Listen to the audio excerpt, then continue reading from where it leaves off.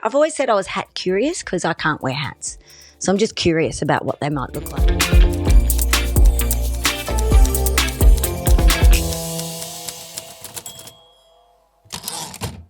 Well, hello and welcome back to The Moment, today's edition. Today I'm asking the question, have you ever wondered what would happen to your life if you became a meme that went global for all the wrong reasons? Imagine that, how you'd feel waking up and seeing a photo of yourself that has gone across the world in 24 hours. Well, today you are actually going to meet someone whose life got turned upside down, all because she signed up to do a job for one day, that's it, dressed as an Oompa Loompa. She's an actor. It's a very legitimate job for an actor to do. She turned up, things didn't look quite right, and then bang, she became a meme. You're going to meet her a little bit later on. I cannot wait. I think this event's going to ring a few bells in your mind if you think back. It was about a year and a half ago and it went everywhere. It was a craptastic event that had kids crying, parents calling the police, and a photo of a sad Oompa Loompa that became the visual imagery associated with that event. It seemed all fun and games at the time. I loved it. We talked about it, Zan and I, on Bang On. We loved that event. We love stuff like this. We looked at it, we talked about it, didn't think much more of it. But yes, my guest, well, she was thrust into the spotlight, wasn't even on the internet at the time.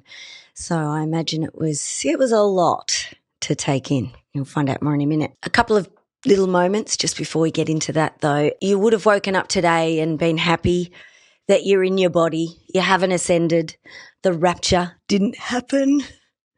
I know I don't want to make fun of people's hopes and dreams, I guess, but there was a whole part of TikTok that was going off in the last couple of days, and it was a religious Christian TikTok side of things, and they were believing that the rapture was going to happen on the 24th of September. And I think that's today.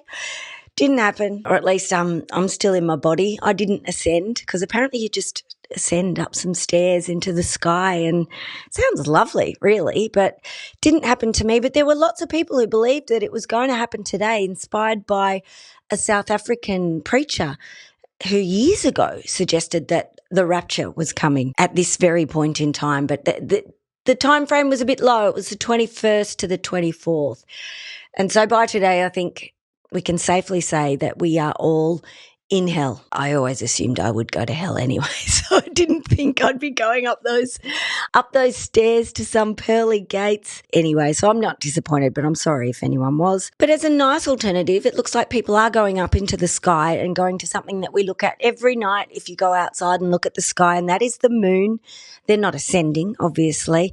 But today news broke that NASA are sending astronauts to the moon for the first time in 40 years. And I love this because the moon landing back when it happened in the 1960s, it gave the world such a sense of optimism. Sadly, I feel like they might be going to the moon for different reasons, this time to look at perhaps relocating for all of us because we have created a literal hell on earth here. But back then when there was the moon landing, think about the architecture of the time and the design of the time. Remember all that futuristic stuff, all of the mid-century furniture, the atomic age, they were calling it.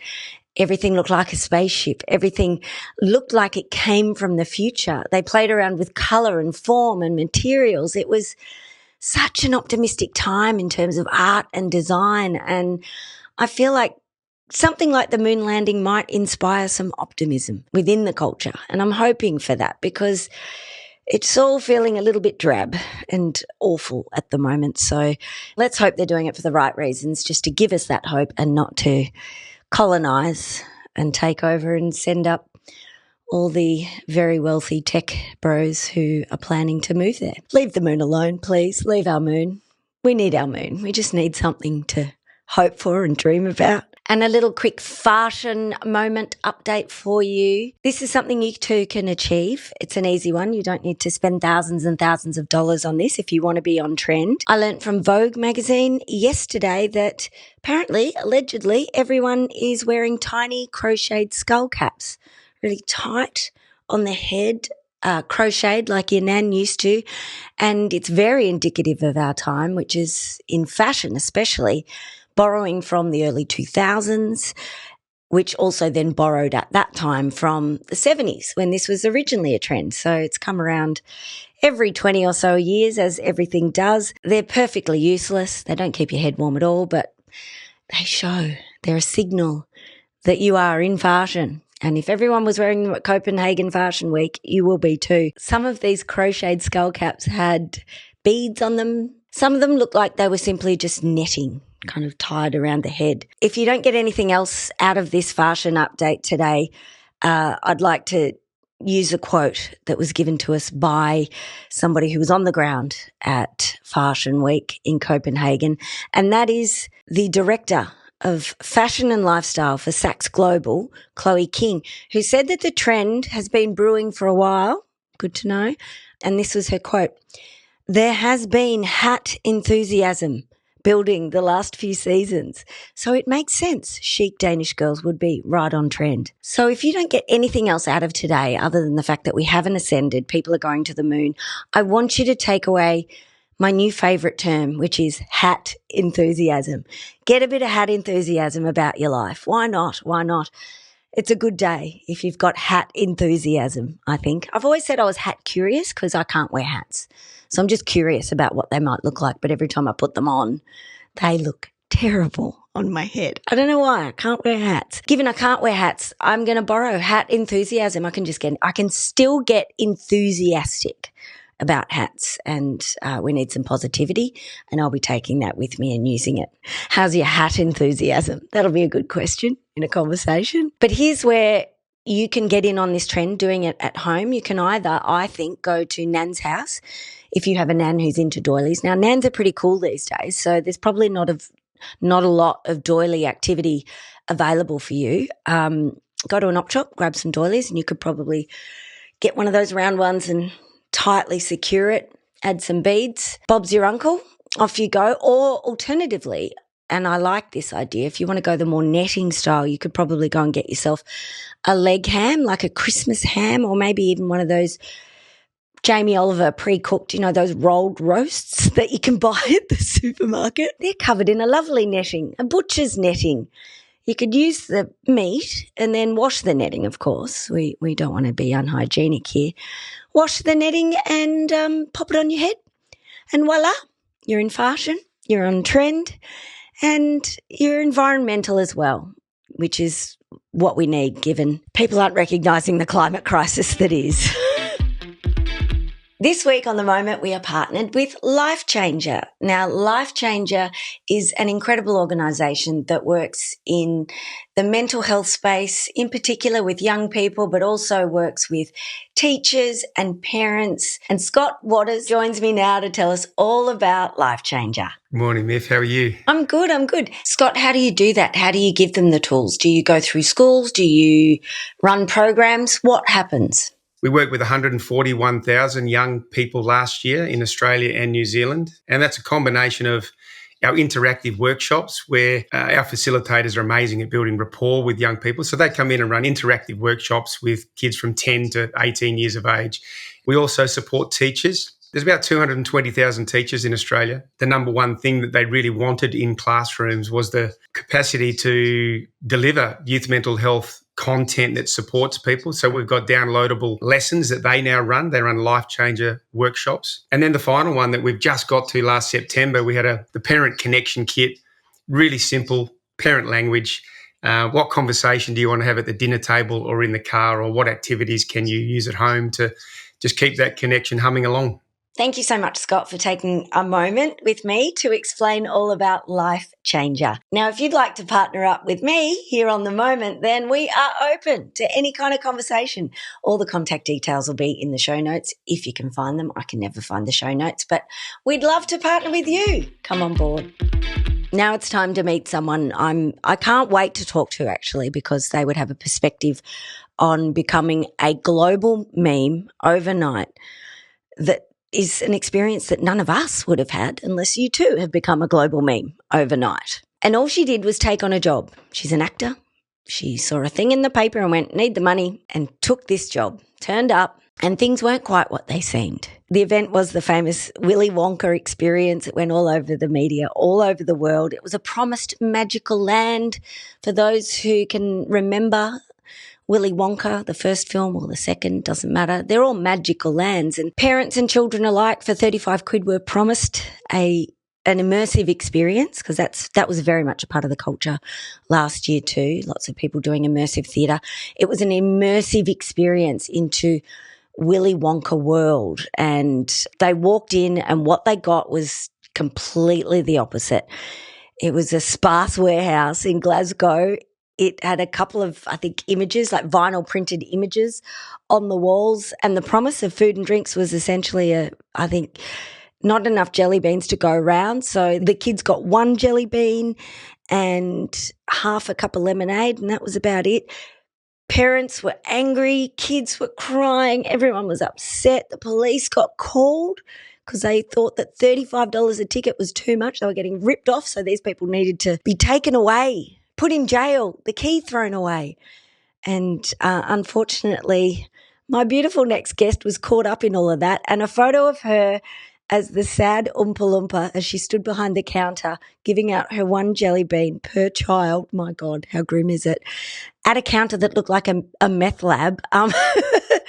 She became the face of that event because of this. She became the sad Oompa Loompa. That's what she was known as in an instant. And she's going to explain exactly what it's like to become a moment yourself. Kirsty, what did you feel when you first realised that the whole world was talking about you? What was that moment like when you woke up that morning and you started to realise that something you'd been involved in that was just a job for you was becoming something so much bigger? So initially, it's not a good picture of me. As you can tell, I'm not the same person that's visually put forward as me. So I'm not going to lie and say it was good when it first came out. At first, it was a bit scary because I'm a trained actress performer, and that picture was not a very good representation of what I do. And back then, I didn't know how media works or journalism works. I didn't realise when someone mentioned your name, all the papers had your name. So my name was then attached to the picture. So I'm not going to lie, at the start, it was really bad. But when people released the nicer pictures of me, that's when things started turning round for myself. And I was like, you know what, I'm not going to get an interview again with the New York Times or, so I might as well just go for it and see it as leverage. So I kind of owned it in that way. In that way, it was me gaining copyright over my face and image as well. So it was a bit of a shock. I didn't know how to handle it at the start, if you want my honest opinion. It must have been. I mean, when things happen, if something that even people in the media might do that gets written about or broadcast that may be taken out of context, which your photo obviously was. It's happened to me numerous times over the years. I've been in this business for 30 years. You sort of feel like, because you're not in control of that narrative, you feel like your world is caving in around you. Yeah. And it's a horrible feeling. And as you said, you're an actor and you thought that this would ruin any chances for future work because that's all people would see. And that feeling, tell me about that feeling. Like it's just a horrible feeling, isn't it? For me, it was horrendous because it wasn't just the ridicule and fear of my work. It was the ridicule of people that actually were like people I fell out with from school, or an ex-boyfriend or an ex-boyfriend's new partner. They were sharing the picture and ridiculing me. So it actually comes a lot closer to home. I kissed a guy when I was 19. I'm 31 now. I want to tell you how people were really scrimping the barrels here. And I kissed this guy on a night out when I was 19, but he had a girlfriend. I didn't know he had a girlfriend, and I completely cut it off as soon as I found out he had a girlfriend. And then the person, just to get clout, was sharing the picture. This is before I embraced the picture, so I just want to make that point as well. At the start, it was not like this at all. It was really, really bad. And that girl shared the picture and was like, so funny. My ex-boyfriend cheated on me with a complete and utter ugly Oh. She's got one ugly now. And I'm like, I'm not ugly, but like, you know, women have a lot of fears getting a wee bit older. Like, I'm 31 now, and that picture did not help. That's all I'm going to say. But it's not been all bad. I've always said I'm going to be authentic in my story and say at the start wasn't great because I had no control over the image, you know. And there was also people were using my face on merchandise. People were making money out my face. That's the scary thing about copyright, I would say.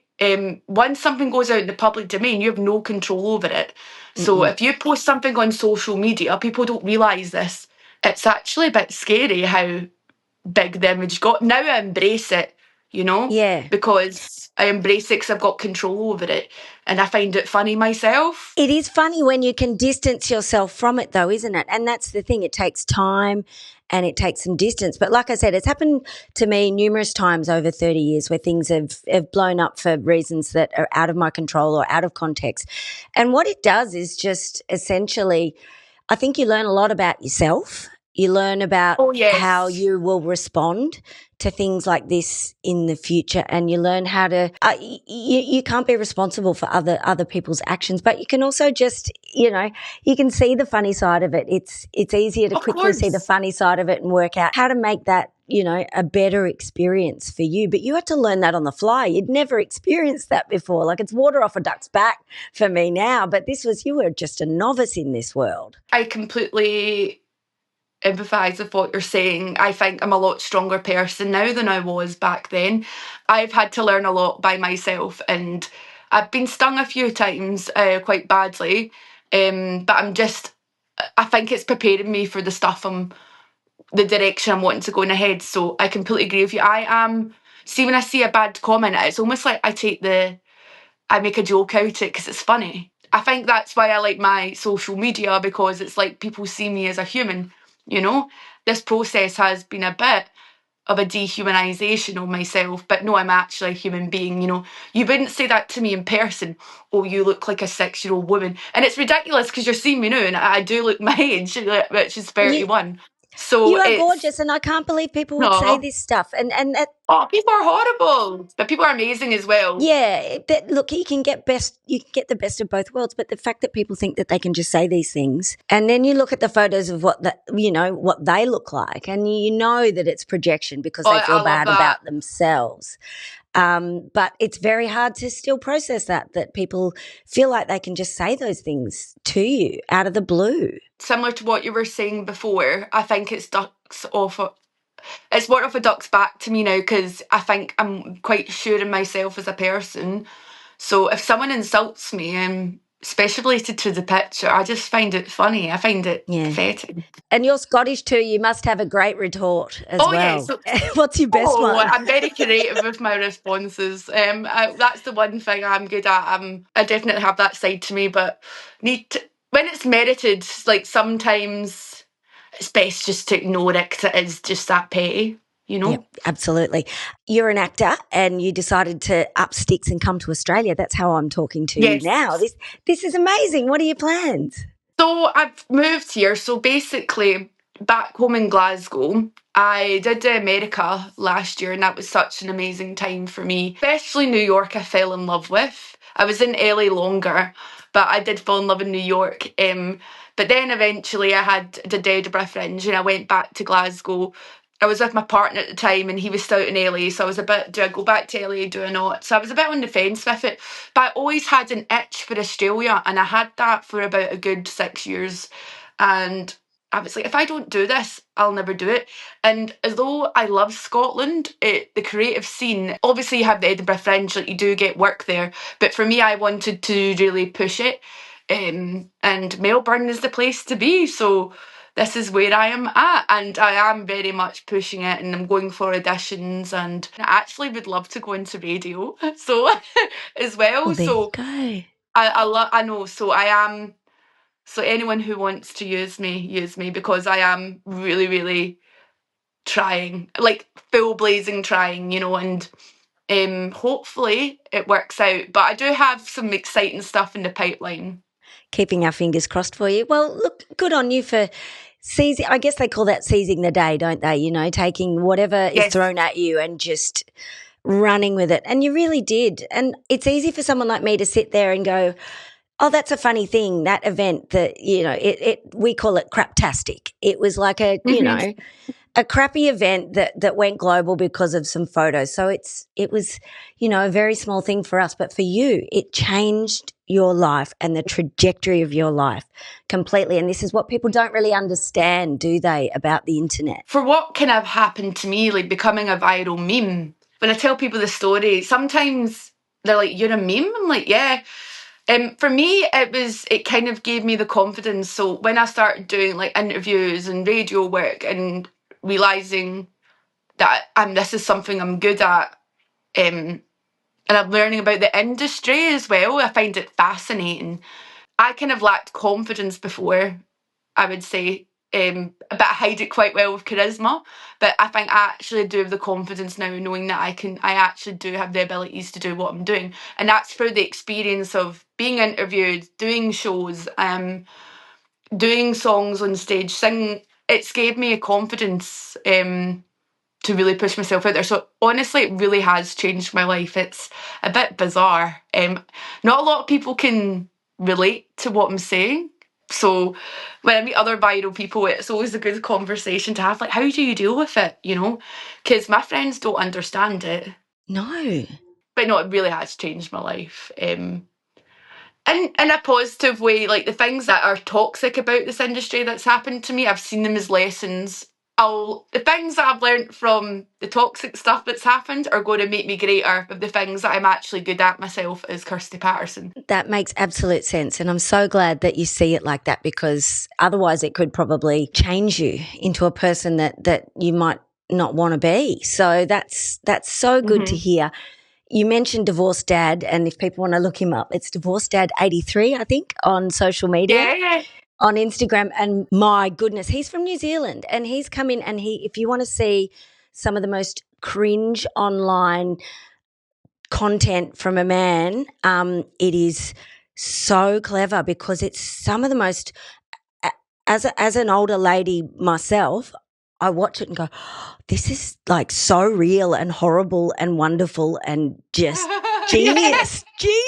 And you two have kind of matched up as friends. And are you working together? What are you doing? So we've got big plans. So we are collaborating, and we're going to be doing a dating event very soon. So if you want if you want to go to the best dating event in Melbourne, you follow Scottish Oompa Loompa and Divorced Dad, and we'll be coming up with the best dating event very soon. And do you know what? Like we just work so well together as well. I think we're both quite similar personalities. It goes back again to speaking to someone who kind of gets what you're doing. And I love making people smile and perform, and he's the exact same, and he gets it, where a lot of my friends and family are like, what are you doing? Yeah. So we started speaking even when I was in Scotland, and I was like, look, I'm definitely going to come over. But no, when people talk about it, they're like, right, okay, yeah, you're coming. But we are good friends, and we are collaborating on projects together. So it's really exciting. I'm really happy for you. And I just hope that he turns up to the dating event like he'll have some sort of sleeveless puffer jacket on that sort of shows off some of his stomach, just, shirt not tucked in, or it's just so cringy. It's incredible. Yeah. I love it. Yeah, it's going to be a really good night once we That's so good. introduce it. It's going to be really fun. To take you back to the bad times, that actual event of course. that happened in Glasgow, what was it called? The Wonka experience? I call it Glasgow's Willy Wonka experience. Take us back to that event, if you can, Kirsty, where you were the Oompa Loompa behind the bar. And was it as crappy as we were led to believe? Yes, it was. It was probably worse in person. It was really bad. And I seen it as a small job that I'm doing to make money. I didn't take it seriously as one of my union feature films. So that's how I ended up there. I'll start at the start how bad it was. So initially they called me. It did feel off from the get-go. And they were like, come in tomorrow and meet everyone. And if it didn't have all these factors, I would have walked away. The whole Willy Candy experience was from a really reputable company, and I've hired out spaces and done work in their spaces before, so I knew it was a legit company. So we turned up on the Friday. The organizer was like all over the place. But look, it's a stressful thing, so I just thought, right, he's stressed, you know. And they gave us the script, and they didn't tell us to that point. They separated two characters, so there was the Wonky Doodles, which is the Oompa Loompas, right, for copyright, and then they had like Willie McDuff, which is, you know, Willy Wonka. Willy Wonka, yeah. And the script just was absolute, I know I can't swear. You can swear. I read it and it was just like, this is utter shit. And I was like reading a sentence, and then one of the sentences said, jumped over a candy cane and fell over. And I was just like, but it was like the words were jumbled up. It just made no sense. And I was just looking round at everyone else like, what's going on here? But by that point, we signed the contracts. And it was £500 for 2 days for a bit of extra money while I'm building up. I was like, yeah, I'll do it. And I left there knowing something was just not right.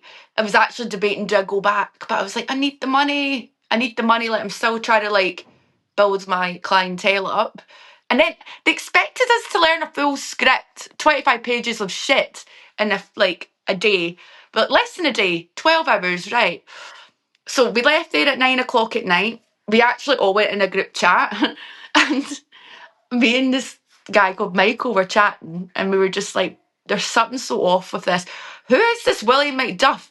And who is this unknown character? I actually rewatched the film that night instead of sleeping. And I was like, this makes no sense. I was really 50-50 whether I go back in or not, because... Kirsty, a job's a job. Yeah, it's a job at the end of the day. Job's a job, and when you're an actor, you just got to do jobs. Like it. You know what? £500 for 2 days, I can do that. Did you get paid? I never got fully paid, no. So I got after all of that. No, I know that when it just thought it couldn't get worse. So I got paid 200 out of 500. It was just so badly run. It was awful. It was shocking. Like, I was embarrassed to be part. I'm embarrassed still to be part of it because I'm actually really good at what I do. I don't think you should be embarrassed at all. You just said yes to a job. That is it. You did nothing wrong. And I signed a contract as well. I can't just bail. And I needed the money. That is the honest truth, you know. I needed the money. And we've all done jobs like that. You're a part of history, Kirsty, and that is amazing. That is amazing. It wasn't your choice at the time, but look at you go. You're killing it. You're here in Australia. You've got big dreams. You've learnt a lot about yourself. It probably, you know, would have been kinder to your heart for it not to have happened, but you've made the most out of something that I imagine was quite challenging for you at the time. So I'm really, really pleased for you. Oh, thank you. Thank you. Do you know, I think it's just, I turned it into a character. The Scottish Oompa Loompa is definitely a character I've made up. But that's how but it's good fun. I love it. I think it's great. Like the work I do with Divorced Dad and, you know, this dating night I'm doing. I'm also producing my own documentary on the back of this as well. And it's, amazing. I know look, I never would have got the opportunities. It's definitely been great. Oh, good. I'm so glad, and have the best time here in Australia. I hope it all kicks off for you. And keep us posted on when the dating night with Divorced Dad happens. Oh, definitely. Are you single? Come along. I'm too old to date. I've given up on dating. No, I'm sorry. It's over. I'm not taking it's over for me. I'm not taking that. Anyone can go. Anyone can go. I'm a good matchmaker. It will be good fun. Thank you for sharing and being so honest as well, Kirsty. We really appreciate it because people won't know what this is like, and you've just explained it. So thank you. Thank you. So there you have it.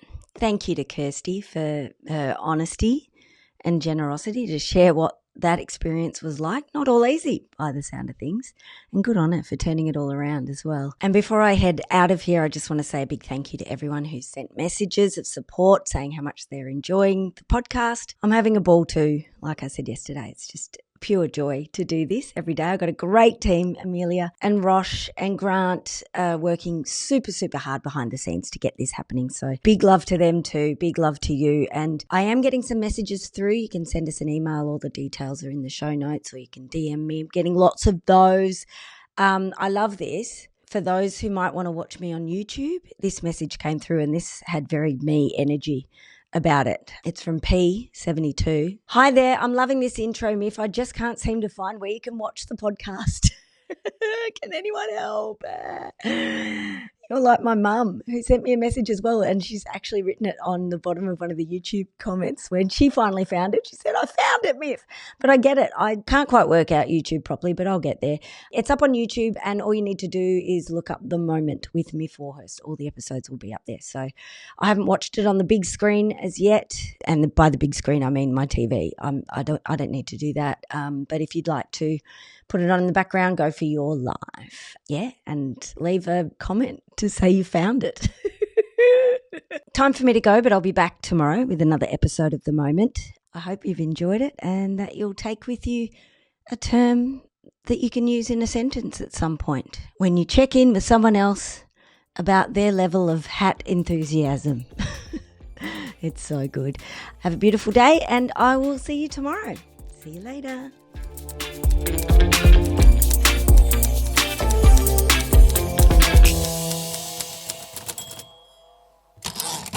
This is an MIK made production recorded on Wurundjeri land. Always was and always will be Aboriginal land.